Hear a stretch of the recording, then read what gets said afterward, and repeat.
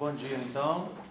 Bom dia. Hoje é dia 3 de outubro, aula de embriologia geral, para a turma 23A e 23B da nutrição. Hoje eu vou falar de transporte de gametas e fertilização, só que antes a gente precisa conversar sobre algumas coisas do planejamento do curso e sobre a avaliação. Então, as notas da avaliação já estão no SIG, foram colocadas naquele mesmo dia, no dia da prova. Quem quiser conferir a prova e ver onde é que acertou, onde é que errou, e tiver alguma dúvida, para entrar no campus virtual, você clica em cima da sua prova, vai clicando lá onde estiver ativo e você vai conseguir ver as suas questões, suas respostas e as respostas corretas quando você errou, tá?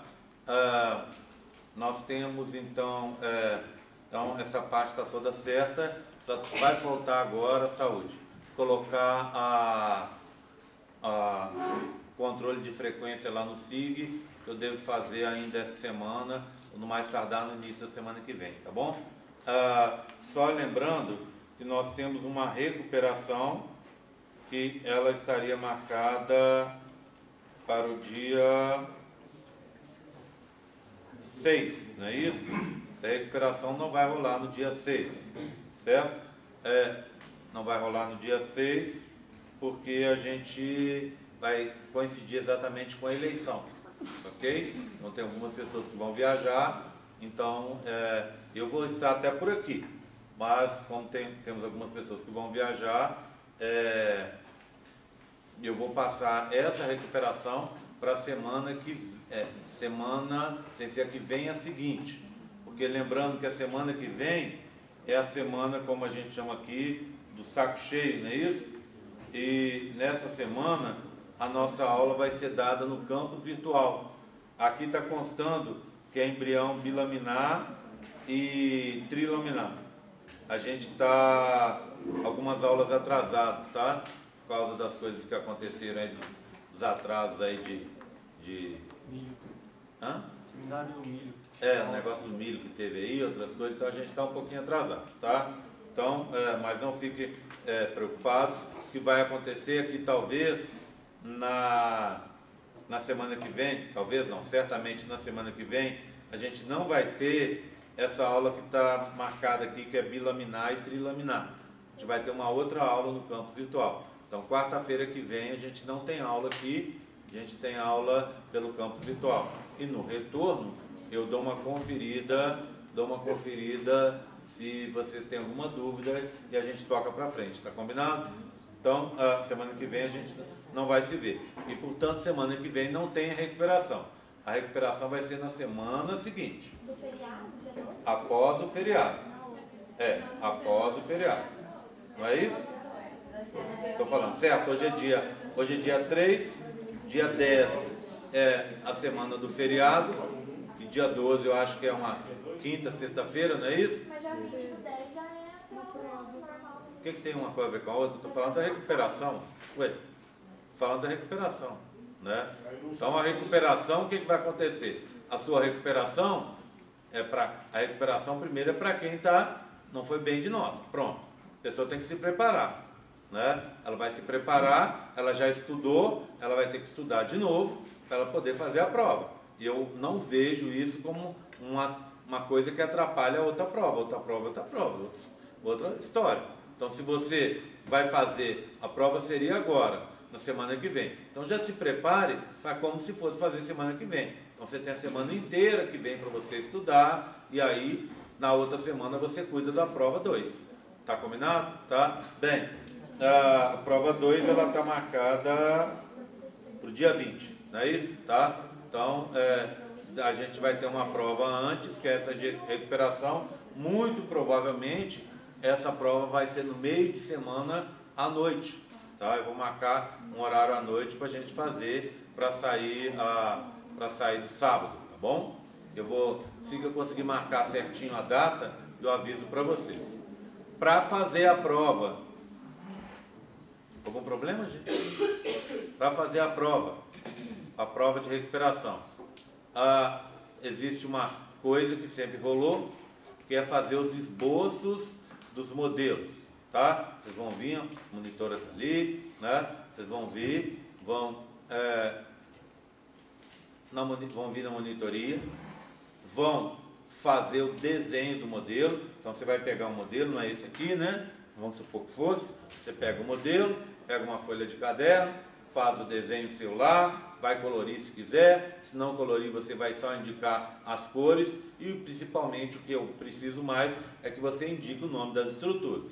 Então você vai ter que fazer isso com todos os modelos, inclusive os modelos de mitose, todas aquelas caixinhas, tá? Eu não precisa ser nenhum artista não, mas precisa fazer o esboço.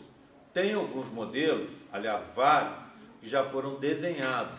Então as monitoras, pedi para vocês três, vocês têm que se organizar para separar os desenhos que foram feitos e deixar lá no Xerox para os alunos. Já estão lá? Pronto, então está resolvido. Talvez eu tenha algum na minha sala, depois você me manda uma mensagem para eu dar uma conferida, porque a Bia deixou uns modelos, uns desenhos lá. Não sei se são dessa prova ou são de outra, mas eu preciso dar uma conferida, tá? Então os modelos já estão lá, os xerox dos desenhos da Bia. Quando você pegar um xerox desse, o procedimento é o mesmo. Você vai pegar o xerox, vai trazer aqui, sempre, presta atenção, sempre na frente das monitoras. Pode ser qualquer uma das três. Elas vão fazer uma lista, se elas não têm ainda, elas vão fazer uma lista com o nome dos alunos e os modelos que vão cair nessa primeira prova, que caíram nessa primeira prova. Aí o que você vai fazer? Você vai apresentar para ela o desenho e ela vai ticando, vai dando o ok que você fez. Tem que fazer todos. Se você deixar algum sem fazer, não vai fazer a prova. Tá certo? Então esse é o meu pré-requisito. Além disso, então esse é o padrão de sempre. Vai acontecer para a prova. Tá? E não tem, presta atenção, não tem conversa. Tá todo mundo sabendo e não é de hoje. Não tem conversa. Não tem como chegar, vai ter uma data para fechamento disso, que é obviamente antes da prova. Tá? Não tem conversa tipo, eu não fiz, aconteceu alguma coisa, a monitora na véspera desmarcou, as monitoras estão aí. É você que tem que se planejar para fazer antes, não deixar para a última hora. Tá? Eu não quero conversa. Se chegar no dia da prova e não tiver feito, não vai fazer. O pessoal que já fez matéria comigo sabe que é assim e não tem discussão a respeito disso. É uma forma que eu estou dando para ajudar vocês. Então, o meu pré-requisito é esse. Esse semestre vai ter uma outra coisa, diferente do que eu fiz até hoje, porque até semestre passado era um questionário, sei lá, com as 30 questões, que você tinha que responder no campus virtual, também com uma data para você poder fazer a prova. Esse semestre a gente vai ter uma atividade. Eu vou vir um dia aqui, vou marcar esse dia, e a gente vai ter uma atividade em sala de aula, provavelmente numa noite. Vou marcar essa atividade, a gente vai vir para cá, ou na sala lá dos computadores, eu vou marcar uma atividade e as pessoas vão fazer essa atividade. Quem tiver e fizer a atividade e fizer os esboços vai poder fazer a prova, tá certo? Bem, deixar muito claro, eu não abro mão disso. A recuperação é a data que eu marcar. A atividade é a data que eu marcar. Você se planeje. Eu não posso marcar duas datas, eu não posso discutir horário, que é horário X, horário Y, e eu tenho curso de inglês, eu tenho cursinho, eu tenho não sei o quê. Só não vou marcar em hora de prova de outra disciplina, óbvio, tá? E quem quiser fazer a prova de recuperação vai ter que se adaptar às condições. Outra coisa, mais duas coisas. Não tem lista. É só você fazer essas coisas e aparecer no dia. Na véspera, as monitoras soltam para mim a lista de quem fez, quem está apto a fazer a prova.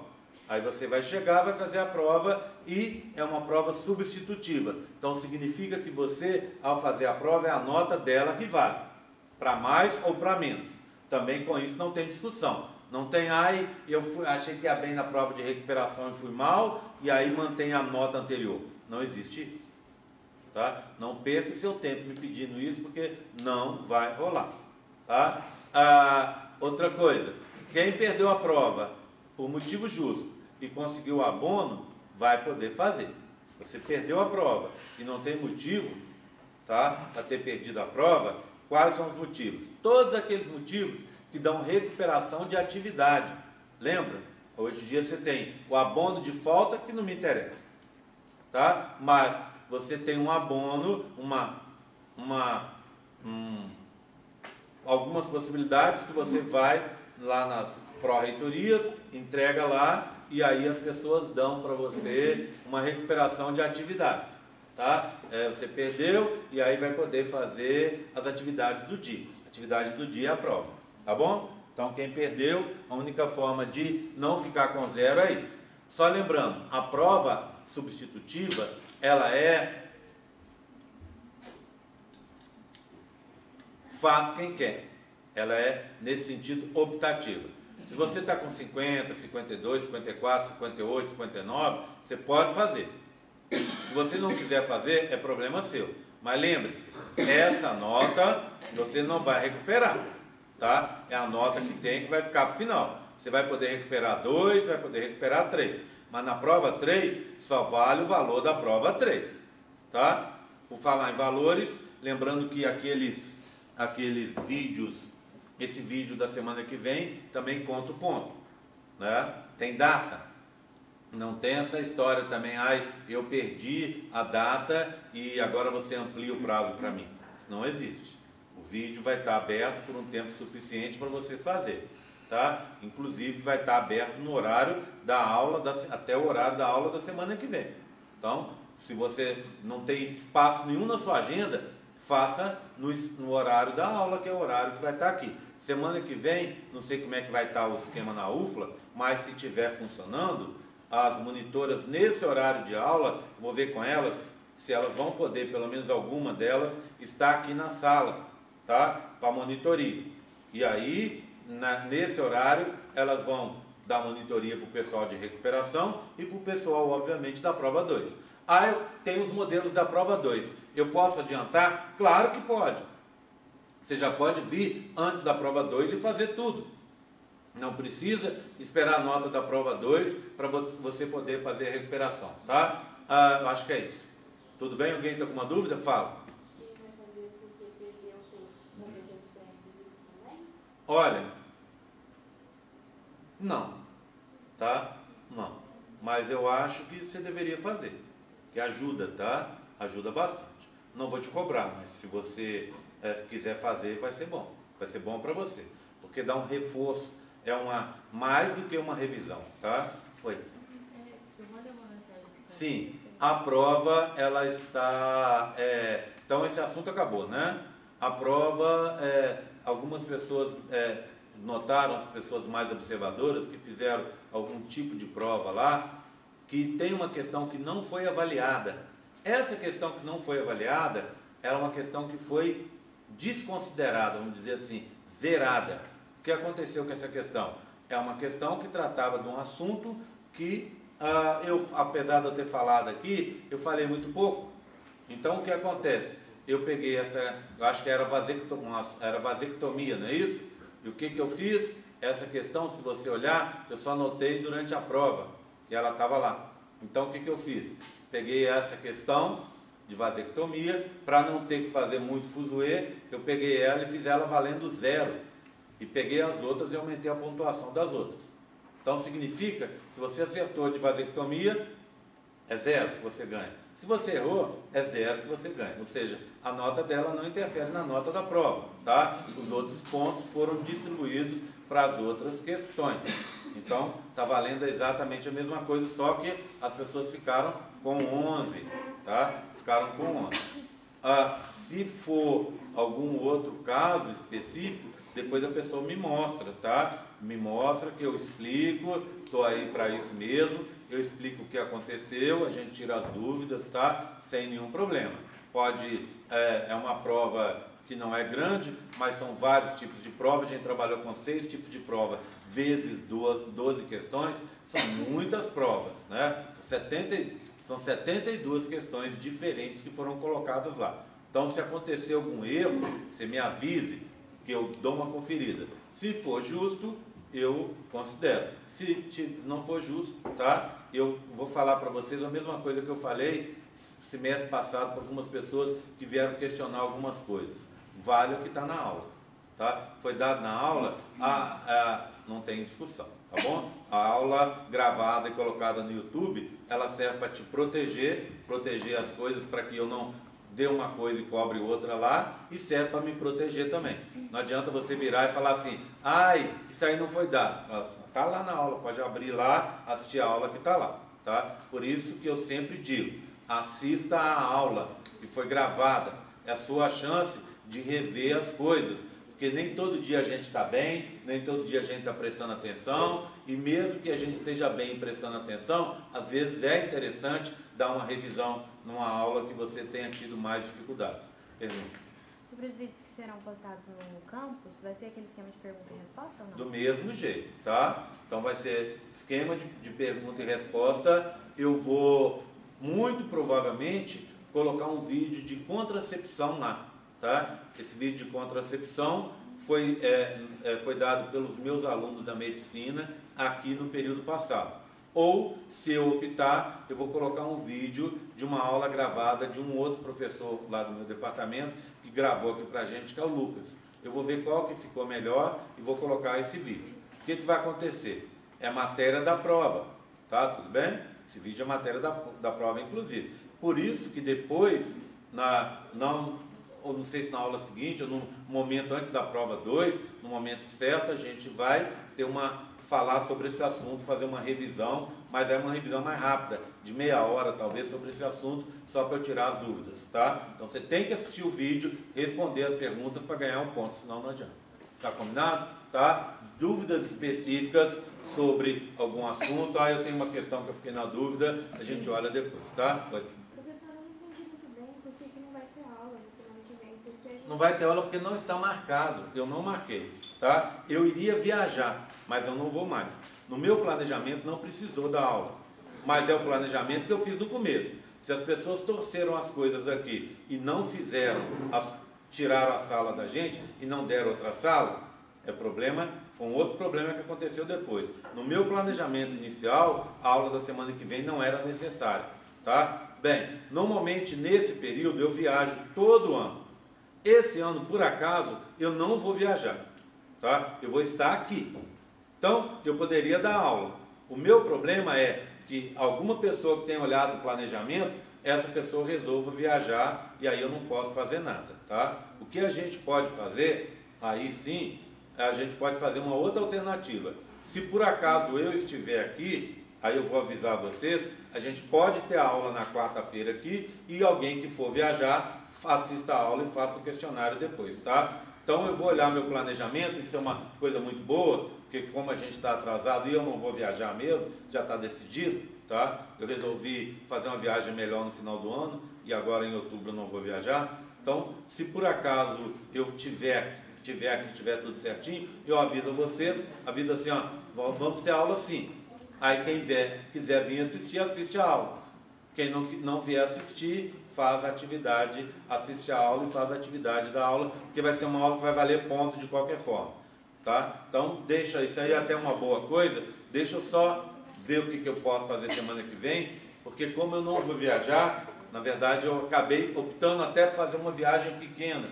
Eu vou para, talvez, Varginha, talvez Pouso Alegre, ou mais certamente para Belo Horizonte, eu estou precisando trocar o meu carro. Então eu vou lá para procurar o carro. Não sei que dia que eu vou, mas também não vou ficar a semana inteira procurando carro, porque eu não gosto tanto de carro assim, né? Então eu vou lá só, se eu tiver na meia hora que eu chegar lá, eu já achar um carro que presta para mim, eu estou voltando para cá, tá? E aí eu tenho meus bichos aqui que eu não posso deixar uma semana inteira. Então eu vou estar parte dos dias aqui. E provavelmente na quarta-feira também, tá? Então a gente pode fazer assim, não há problema. Aí eu continuaria a matéria normalmente na semana que vem. E se por acaso você vai faltar, porque você vai viajar, se viu o planejamento e vai viajar, tudo bem. Você assiste a aula lá da Disney, você vai lá no resort da Disney, liga o computador, assiste a aula, né? Assiste a aula e faz a atividade lá, me xingando horrivelmente, mas faço. Tudo bem? Tá combinado? Tá? Então a gente pode fazer isso, para mim não há problema. Aí, quando é que eu vou resolver isso? Me dá até amanhã, no máximo até sexta-feira, que eu já aviso, tá? Já aviso para todo mundo. Tá certo? Tá combinado? Tá combinado? Tá? Acho que aí fica bom. Posso seguir então? Olha, posso começar? Alguém tem alguma dúvida a mais? Não? Tá. Então vamos lá. Bem, quero começar contando para vocês sobre os atores que estão envolvidos no processo. Quem que participa dessa história de fertilização, tá?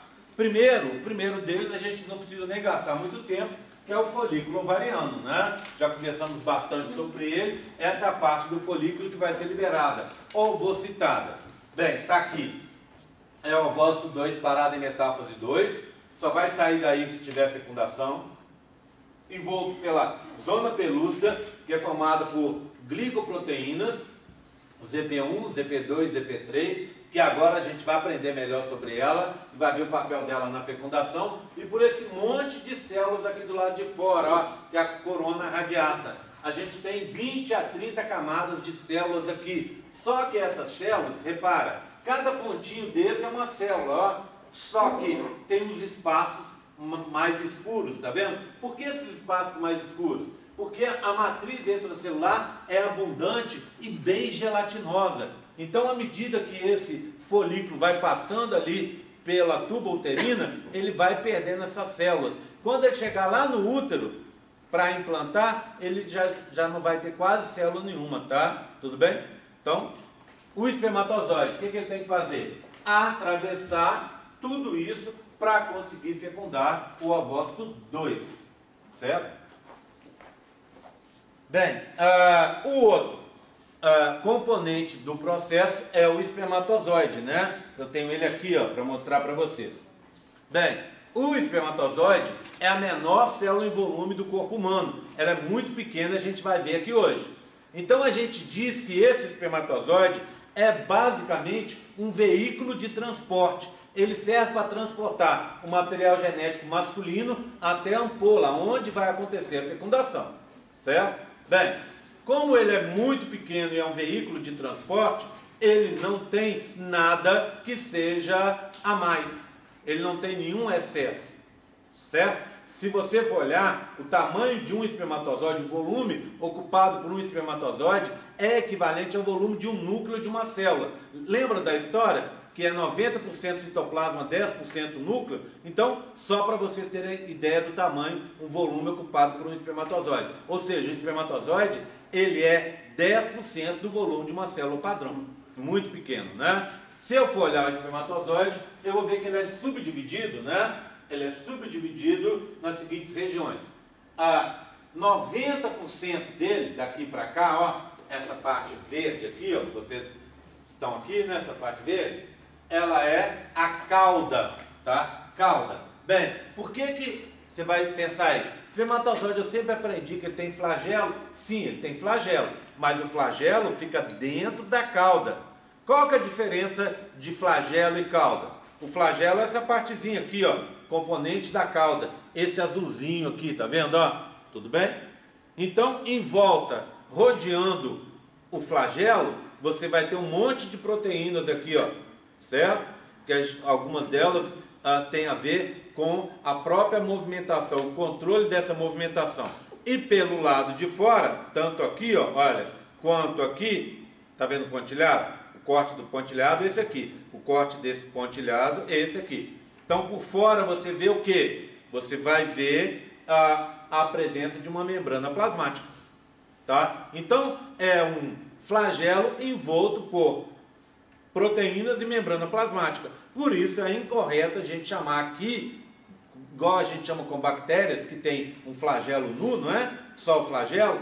Aqui é incorreto a gente chamar isso de flagelo. A gente deve chamar cauda, que tem flagelo no seu interior, tá bom? Agora, olha essa região azul aqui, ó, tá vendo?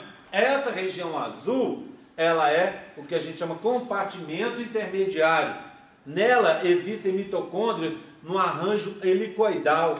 Essas mitocôndrias servem para dar energia para a movimentação do espermatozoide e para sua sobrevivência durante o período que ele está ativo, tá bom?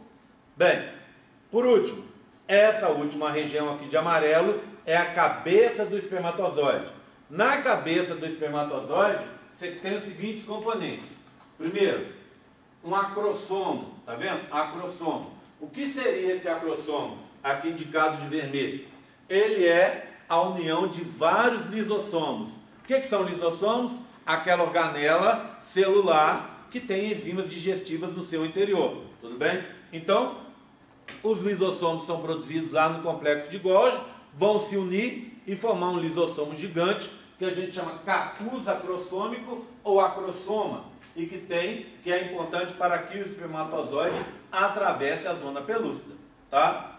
Bem, depois, aqui ó, um núcleo muito condensado, que a gente chama de núcleo picnótico, picnos, quer dizer corpo, e o núcleo picnótico é um núcleo muito corado. Por quê? Lembra que o núcleo tem DNA, e a gente na histologia chama o DNA de cromatina? Croma também quer dizer cor. Concorda comigo? Por quê? Porque o DNA tem cor naturalmente. Então, quando você condensa uma coisa muito colorida, você condensa ela, junta ela vai ficar mais colorida ainda. Então, por isso que é um núcleo muito condensado que a gente chama picnótico. Esse núcleo, ele tem DNA. DNA, vocês se lembram? Tem carga negativa, não é isso?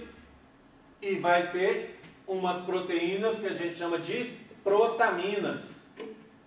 Essas protaminas têm carga positiva e elas servem para o quê? Empacotar o DNA e ao mesmo tempo inativar a forte carga negativa do DNA, tá? Se vocês se lembrarem, quando vocês aprenderam sobre isso, o professor ou a professora não falou dessas protaminas, falou de umas proteínas chamadas de histonas, que ficavam em grupos de 8, que são octâmeros de histona, lembram disso?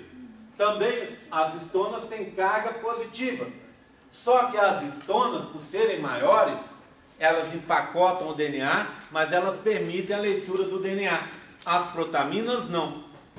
Elas empacotam o DNA bem mais empacotado, bem mais condensado, mas, como resultado, não permitem a leitura desse DNA. Tudo bem?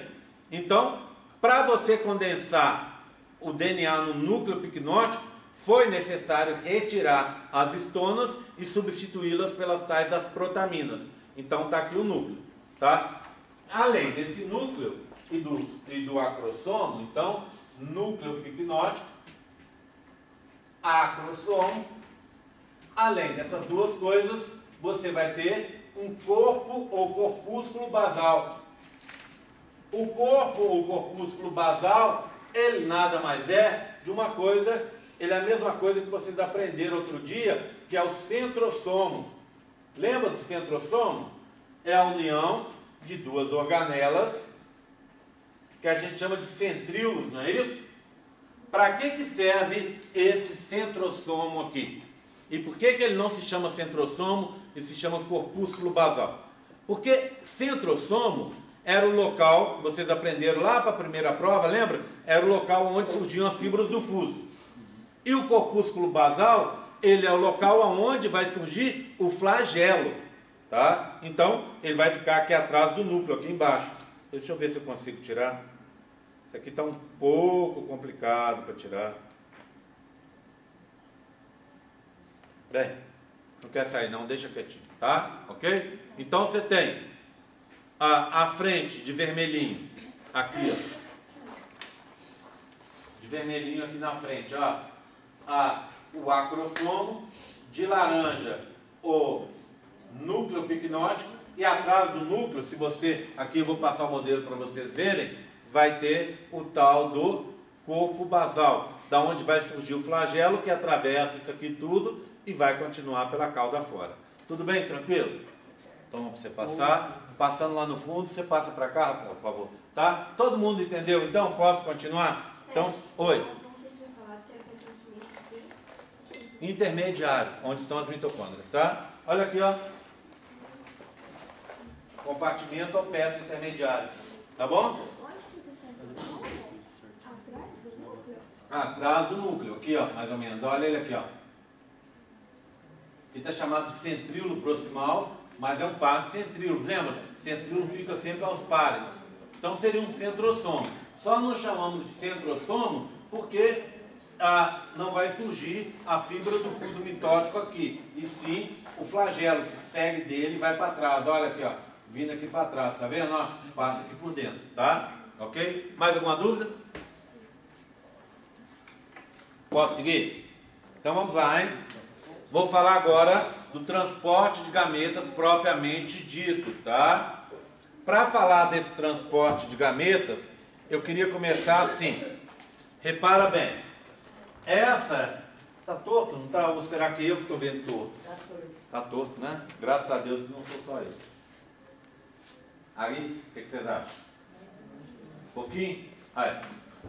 Pronto? Tá? Ainda tá achando torto? Fica assim, ó. Tá um pouco? Gente, esse meu óculos, contar para vocês uma tragédia que aconteceu outro dia. Agora foi demais, não foi? Aí, para cá, para lá? Pra cá. Aí, foi? Mais um? Contar para vocês uma tragédia trágica que aconteceu outro dia. Eu fiz o óculos, depois de muito tempo eu fiz um óculos que eu precisava. Aí quando eu fiz o óculos custou tão caro que eu ganhei esse outro de presente. Aí, outro dia estou eu arrumando uma estante lá em casa, que estava do lado de fora, e achei uns bonequinhos que eu comprei de barro lá em Diamantina, que eu adoro, e os bonequinhos estavam jogados lá fora, estavam quebrados. Aí eu peguei Super Bonder e estou colando os bonequinhos. Fui para a sala, sentei lá, peguei os bonequinhos quebrados, estou tentando emendar os pedaços que quebraram. E assistindo um jogo de futebol, era domingo à tarde na televisão. Aí eu estou lá tentando e olhando o jogo, e pinguei o Super Bonder, que esse Super Bonder que a gente usa aqui, que é um genérico, né? Que não é tão bom assim. Estou lá tentando, olho aqui e tal. Aí uma hora eu falei assim, seu óculos está atrapalhando. Tirei o óculos e pus assim. E continuei tentando. Aí pinguei o Super Bonder no negócio, deixei o Super Bonder aqui e estou lá tentando emendar. Aí chegou minha mulher, olhou assim e falou assim, que gotinhas são essas aí no seu óculos? Gente, eu deixei cair Super Bonder, não só numa lente, nas duas. Já viram quem tem óculos? Imagina o Super Bonder na lente. Acabou com o meu óculos. Gente, chorei de tanta raiva. Sabe quanto é que custou a lente? R$1.200 as lentes. Aí eu peguei esse aqui, falei, agora para eu aprender a ser burro, ser preguiçoso, né? Agora eu vou ficar com esse óculos aqui até esquecer. Porque eu não tenho condição de comprar uma outra lente, né? Aí só que esse óculos tem uma coisa, conforme eu disse para vocês, eu ganhei. Então ele deforma a imagem. Então de vez em quando eu olho, o negócio está torto. Isso aqui então para mim é impossível acertar. Eu posso olhar quantas vezes quiser para essa imagem, ela vai estar torta para algum lado. Porque ele tem muita deformação aqui nas extremidades.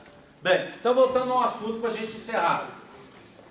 Olha aqui, ó, são depositados em média 250 milhões de espermatozoides aqui no fundo da vagina.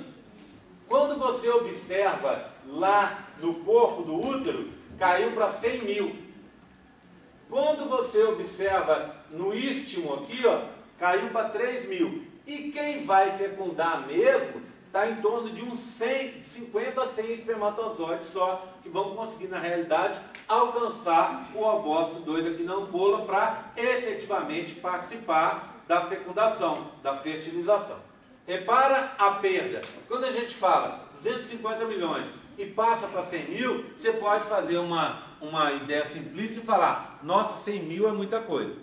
Tudo bem, é assim. Mas em termos de 100 milhões, olha aqui, ó, em termos de 250 milhões, que seria aqui, 250 milhões estaria para 100%, está vendo aqui, ó, estaria para 100%, a 100 mil é 0,04%, ou seja, em outras palavras, você perdeu 99,96% dos espermatozoides nessa brincadeira. Só sobrou 0,04%. Você perdeu praticamente tudo daqui para cá. Tá? Quando você pega daqui para cá, 100 mil, você só ficou com 3 mil. 3 mil representa do total 0,0012%. Olha só. E quem vai chegar efetivamente para fecundar são 50, que é 0,00000002%. Tá vendo? Então, assim, você perdeu praticamente todos os espermatozoides nesse processo, tá? Por quê?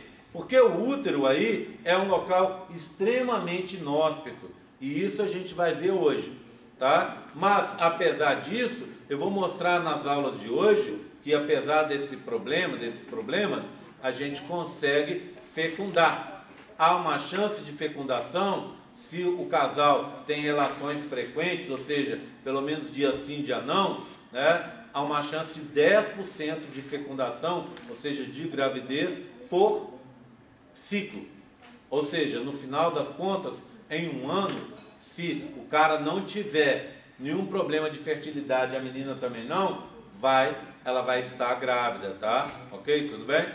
Apesar de todos os problemas que eu vou mostrar hoje que acontecem. Oi. Mulher está tomando remédio. Esses remédios para poder engravidar, eles atuam o quê? No pH? Depende do remédio. Tem toda uma infinidade de remédios. E pode atuar tanto no pH, pode aumentar a ovocitação, podem diminuir a atuação do sistema imune materno no bebê, tá? Está se formando, tudo isso. Pode ir na implantação também, né? Então, assim, depende do remédio, tá? Mas existem várias possibilidades, tá? Então, a primeira coisa que eu queria deixar claro para vocês é toda essa perda que acontece, tá? Agora, eu queria aproveitar para mostrar uma coisa, só esse aqui, depois a gente dá o intervalo para a turma das 8, tá? Só uma coisa que eu queria mostrar para vocês, são modelos que a gente já conhece.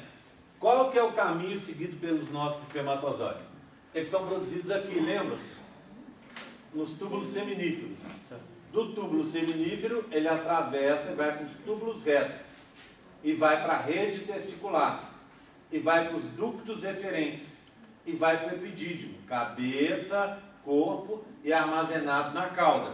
Quando vai acontecer a relação sexual, a ejaculação, ele passa pelo ducto deferente, que faz uma volta por trás da bexiga e vai se encontrar lá na próstata.